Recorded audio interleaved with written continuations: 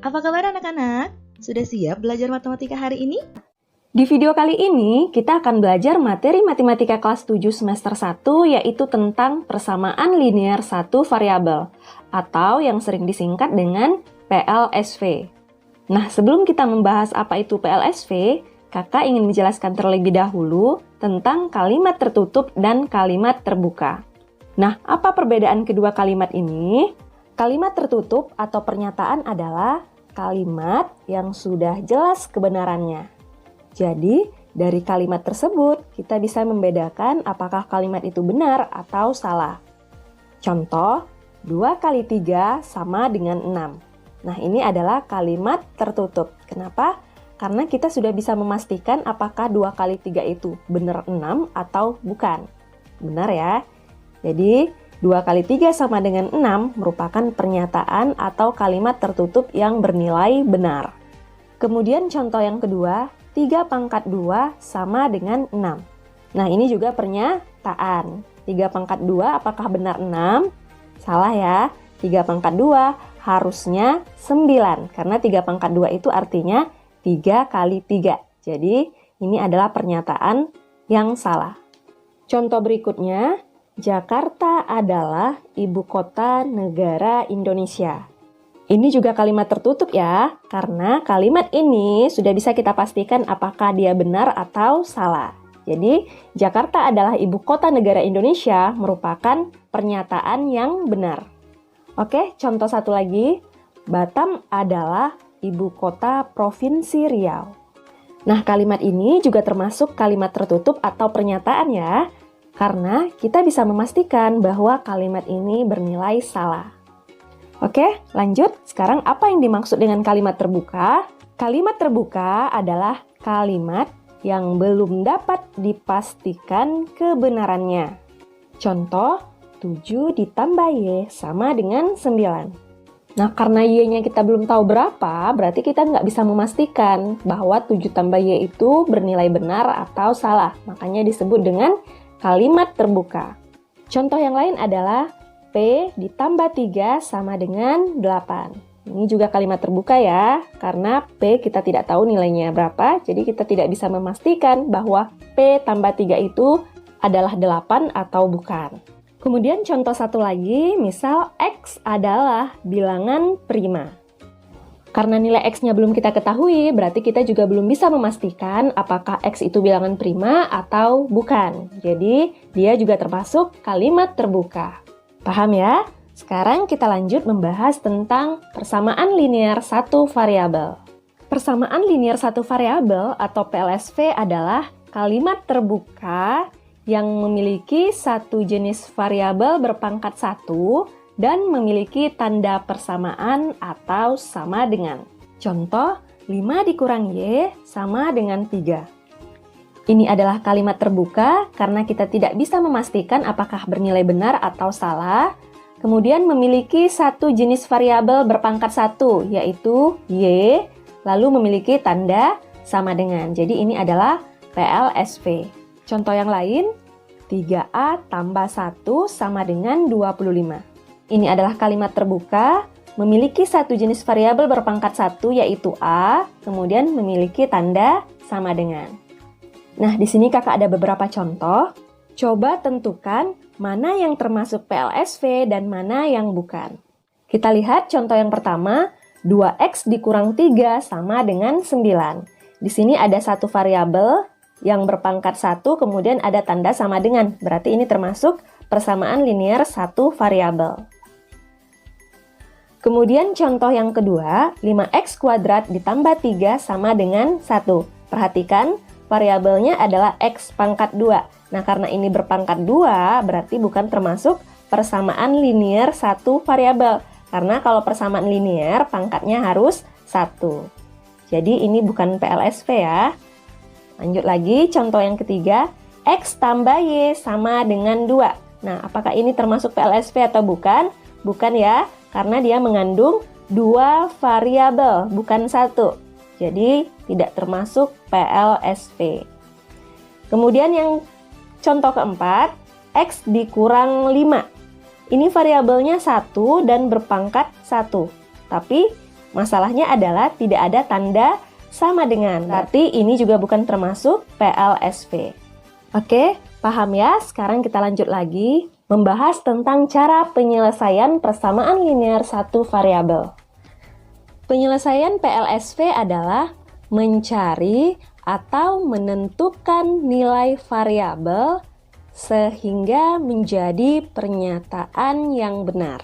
Langkah-langkahnya adalah pindahkan suku yang memiliki variabel ke salah satu sisi, misal ke ruas kiri, dan suku yang tidak ada variabel ke sisi lain, misal ke ruas kanan. Misal ada PLSV 6x tambah 9 sama dengan 5x dikurang 5. Nah, yang dimaksud dengan ruas kiri berarti sisi yang ada di sebelah kiri tanda sama dengan. Sedangkan yang dimaksud dengan ruas kanan adalah sisi yang ada di sebelah kanan tanda sama dengan. Nah, ada beberapa hal yang harus kita ingat ketika kita memindahkan suku dari salah satu ruas ke ruas lainnya. Yang pertama adalah, jika pada ruas sebelumnya suku tersebut dikurang atau bertanda negatif, maka setelah pindah ruas menjadi ditambah atau bertanda positif. Sebaliknya, jika sebelumnya ditambah, maka setelah pindah ruas jadinya dikurang. Jika sebelumnya dibagi, setelah pindah ruas jadinya dikali. Dan jika sebelumnya dikali, setelah pindah ruas jadi dibagi. Kemudian langkah yang kedua adalah kita tentukan nilai variabelnya. Caranya adalah kedua ruas dikali atau dibagi dengan bilangan yang sama. Nah, agar lebih jelas, kita langsung saja ke contoh-contoh soal. Contoh 1, P dikurang 3 sama dengan 11. Ingat, caranya adalah pindahkan semua suku yang mengandung variabel ke sebelah kiri, sedangkan yang tidak ada variabelnya ke sebelah kanan atau ke ruas kanan. Perhatikan, di sini variabelnya atau P-nya sudah di sebelah kiri, berarti kita tinggal memindahkan 3 ke sebelah kanan. Karena di sebelah kiri 3-nya dikurang, berarti ketika pindah ke sebelah kanan, 3-nya jadi ditambah. Jadinya, P sama dengan 11 tambah 3. Atau P sama dengan 14. Oke, gampang ya. Kita lanjut lagi, contoh yang kedua. 7 dikurang P sama dengan 12. Perhatikan di sini variabelnya sudah di sebelah kiri, berarti tidak perlu kita pindahkan lagi. Jadinya min P sama dengan 12-nya, tidak ada variabel juga sudah di sebelah kanan, berarti tetap ya. Nah, yang kita pindahkan adalah 7. Di sini 7 ditambah atau bertanda positif, berarti ketika pindah ruas, 7-nya jadi dikurang atau bertanda negatif. Kita hitung. Negatif P sama dengan 12 dikurang 7 atau sama dengan 5. Kita tentukan nilai P-nya. Karena di sini masih bertanda negatif, berarti supaya P-nya bertanda positif, si P kita bagi dengan min 1. Ingat, ketika ruas kiri kita bagi dengan min 1 atau dengan bilangan tertentu, maka ruas kanan juga kita harus bagi dengan bilangan yang sama. Jadi min 5-nya kita bagi juga dengan min 1. Min P dibagi min 1 sama dengan P. 5 dibagi min 1 sama dengan min 5. Jadi, P sama dengan negatif 5. Contoh yang ketiga, P tambah 3 tambah 5 sama dengan 10. Posisi variabelnya sudah di sebelah kiri ya. Jadi, kita tinggal memindahkan konstantanya saja. Pertama, kita pindahkan 5-nya dulu. Jadi, untuk P tambah 3-nya tetap. 10-nya juga tetap. Nah, 5 di sebelah kiri ditambah berarti pindah ruas jadinya dikurang. Lanjut kita hitung. P tambah 3 sama dengan 10 kurang 5 berarti sama dengan 5. Perhatikan di sebelah kiri masih ada konstanta ya. Nah, konstanta ini juga harus kita pindahkan ke sebelah kanan. Ditambah 3 berarti pindah menjadi dikurang 3. Jadinya P sama dengan 5 dikurang 3 atau P sama dengan 2. Lanjut lagi ke contoh soal yang keempat. K dikurang 11 sama dengan 1 dikurang K. Kita pindahkan semua yang ada variabelnya ke sebelah kiri dan yang tidak ada variabelnya ke sebelah kanan. K yang ini tetap ya, karena dia sudah di sebelah kiri. Kemudian K yang di sebelah kanan kita pindahkan ke sebelah kiri, karena di sini dikurang K, berarti ketika pindah kita jadikan dia ditambah K. kemudian sama dengan satunya tetap di sebelah kanan. Nah, 11-nya kita pindahkan ke sebelah kanan karena dia di sini dikurang, berarti setelah pindah dia jadi ditambah. Tambah 11. Oke, lanjut kita hitung. K ditambah K itu artinya sama dengan 1K ditambah 1K. Berarti sama dengan 2K. Kemudian 1 ditambah 11 sama dengan 12. Lanjut, kita tentukan nilai K-nya. Nah, ini agar menjadi K berarti harus kita bagi dengan 2. Ketika ruas kiri dibagi dengan 2, maka ruas kanan juga harus dibagi dengan bilangan yang sama, yaitu dibagi 2 juga. 2K dibagi 2 sama dengan K, 12 dibagi 2 sama dengan 6. Jadi, nilai variabel atau nilai K-nya adalah 6. Lanjut lagi ke contoh yang kelima. 5 dikali M tambah 2 sama dengan 30. Nah, ini sebelum kita pindah ruaskan, kita kalikan dulu 5 dengan M tambah 2. Jadi, cara pengaliannya ingat lagi, 5 dikali M dan 5 dikali 2. 5 dikali M adalah 5M.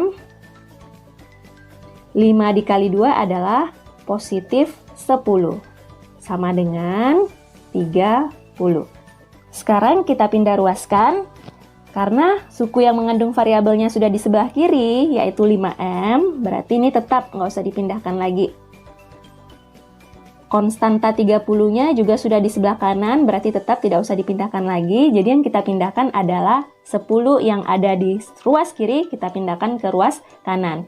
Di ruas kiri 10-nya ditambah, berarti pindah ke ruas kanan jadinya dikurang 10. Oke, jadi 5M sama dengan 30 dikurang 10 atau sama dengan 20. Nah, agar variabelnya bisa kita tentukan, berarti 5M-nya kita harus bagi dengan 5. Artinya, 20 juga kita bagi dengan 5.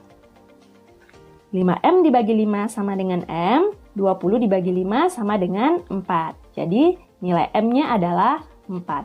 Paham ya? Nah, sekarang kita lanjut lagi ke jenis soal yang lain, yaitu soal yang ada pembagiannya, yaitu 56 dibagi N dikurang 5 sama dengan 7. Nah, pada soal ini, agar lebih gampang penyelesaiannya, maka yang mengandung variabel kita pindahkan ke sebelah kanan.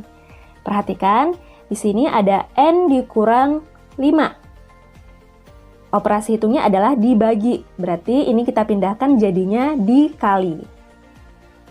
Untuk 56-nya tetap, sama dengan 7-nya tetap, kemudian ini dibagi, pindah jadi dikali N dikurang 5.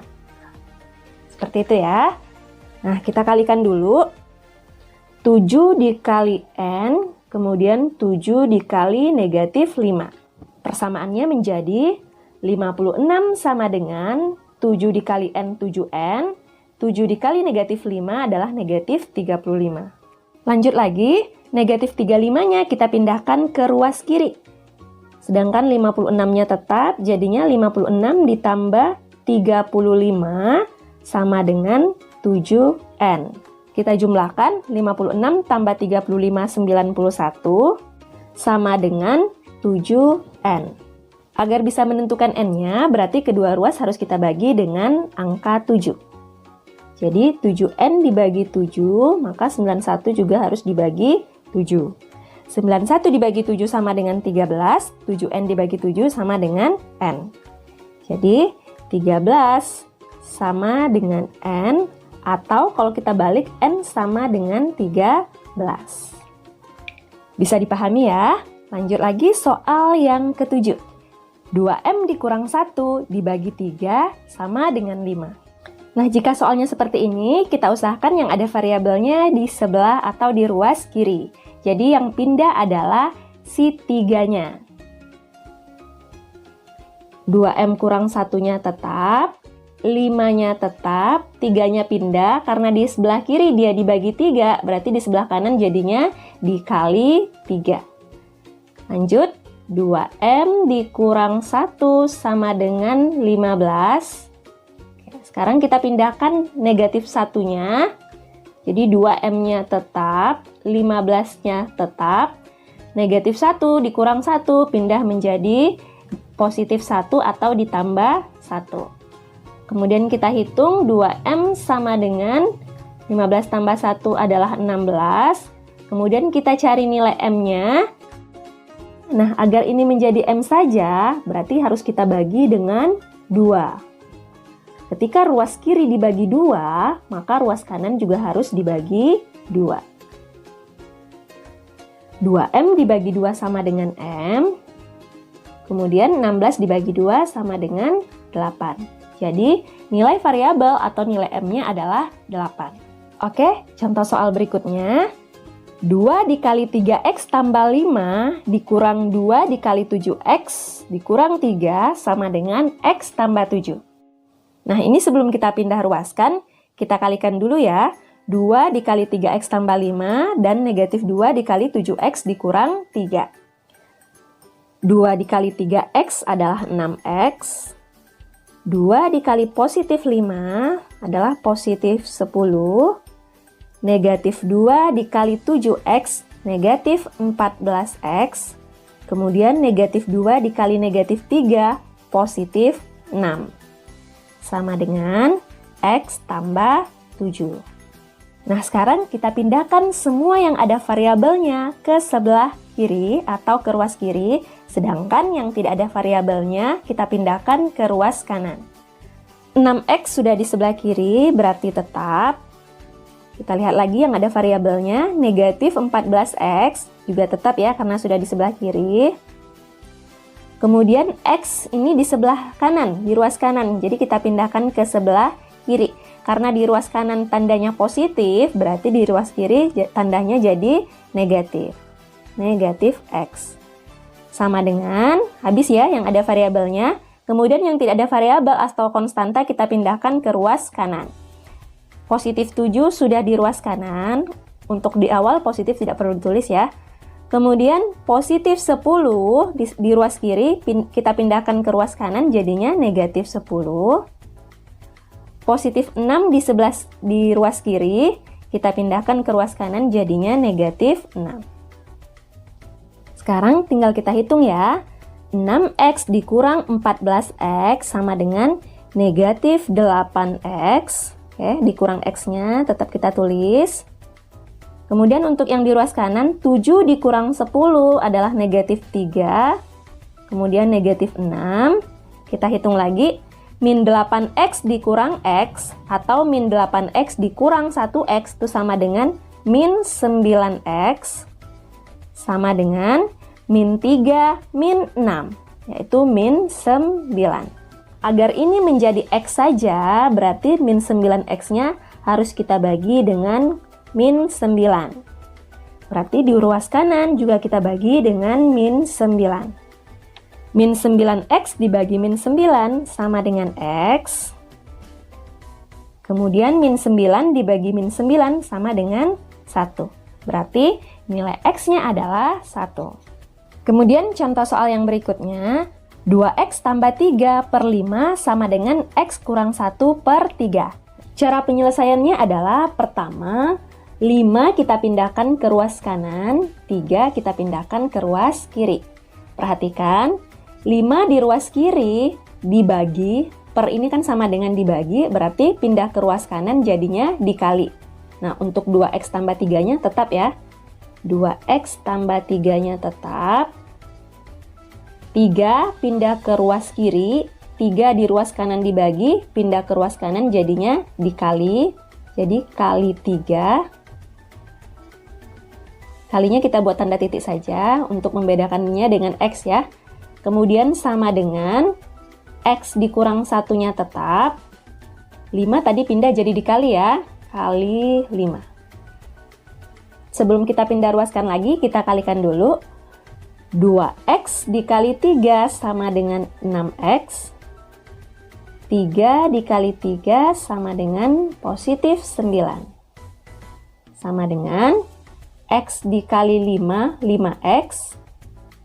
Min 1 dikali 5, negatif 5. Nah, sekarang baru kita pindahkan suku yang ada variabelnya ke ruas kiri. Berarti untuk 6X tetap sudah di sebelah kiri. Nah, untuk 5X karena di sebelah kanan dia bertanda positif, berarti pindah ke ruas kiri jadinya negatif 5x. Sama dengan negatif 5-nya tetap, tidak pindah. Kemudian positif 9-nya pindah ruas menjadi negatif 9. Kita hitung 6x dikurang 5x sama dengan 1x, atau kita tulis dengan x saja, sama dengan min 5 min 9. Berarti ini sama dengan min 14. Oke, jadi nilai x atau nilai variabelnya adalah min 14. Oke, kita coba ke soal yang lain lagi ya, yaitu 2m tambah 1 per 6 ditambah 2m tambah 1 per 2 sama dengan 6. Nah, ini adik-adik ingat lagi penjumlahan pecahan bentuk aljabar. Jadi, caranya adalah kita samakan dulu penyebutnya dengan cara mencari KPK-nya. Di sini penyebutnya 6, di sini penyebutnya 2. Nah, KPK 6 dan 2 adalah 6. Jadi, penyebutnya kita ganti dengan 6. 6 tetap 6 ya penyebutnya untuk yang di sebelah kiri ini. Berarti pembilangnya juga tetap 2m tambah 1. Kemudian yang di ruas kanan, 2-nya berubah menjadi 6. Nah, 2 berubah menjadi 6 kan dikali 3 ya. Berarti yang di atas atau pembilangnya juga harus dikali 3. Nah, kita kalikan ya. 2m dikali 3 sama dengan 6m. Positif 1 dikali 3 sama dengan positif 3. Kemudian sama dengan 6. Lanjut, karena penyebutnya sudah sama, berarti pembilangnya bisa langsung kita jumlahkan. Jadinya 2m tambah 1 tambah 6m tambah 3 per 6 sama dengan 6. 6 ini kita pindahkan ke ruas kanan, karena di ruas kiri dia dibagi, maka pindah ke ruas kanan jadinya dikali. Maka persamaannya menjadi 2m tambah 1 tambah 6m tambah 3 sama dengan 6 kali 6. 6 kali 6 sama dengan 36. Oke, yang ada variabelnya tetap di sebelah kiri, jadi 2m tambah 6m tetap di sebelah kiri, sedangkan konstanta atau yang tidak ada variabel kita pindahkan ke ruas kanan. Positif 1 pindah jadi negatif 1. Positif 3 pindah jadi negatif 3. Lanjut kita hitung 2m tambah 6m sama dengan 8m. 36 dikurang 1, 35. 35 dikurang 3 sama dengan 32. Lalu kita cari nilai m-nya dengan cara membagi dua ruas dengan bilangan yang sama, yaitu 8. Jadi 8m kita bagi 8, 32 juga kita bagi 8. 8m bagi 8 adalah m, 32 dibagi 8 adalah 4. Maka nilai variabel atau m-nya sama dengan 4. Oke adik-adik, sekian dulu pembahasan tentang persamaan linear satu variabel. Semoga adik-adik paham ya dengan penjelasan kakak. Terima kasih. Wassalamualaikum warahmatullahi wabarakatuh.